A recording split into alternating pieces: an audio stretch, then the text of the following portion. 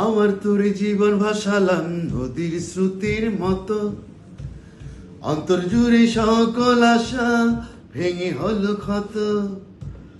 আমার তোরে জীবন ভাসালাম নদীর স্রোতের মতো, অন্তর জুড়ে সকল আশা ভেঙে হলো ক্ষত। শান্ত পাখি অশান্ত পাখায় উড়াল দিল জানায়, তারে ধরতে গিয়ে আমি সখী হলাম অভাগী। তারে ধরতে গিয়ে আমি সখী হলাম অভাগী।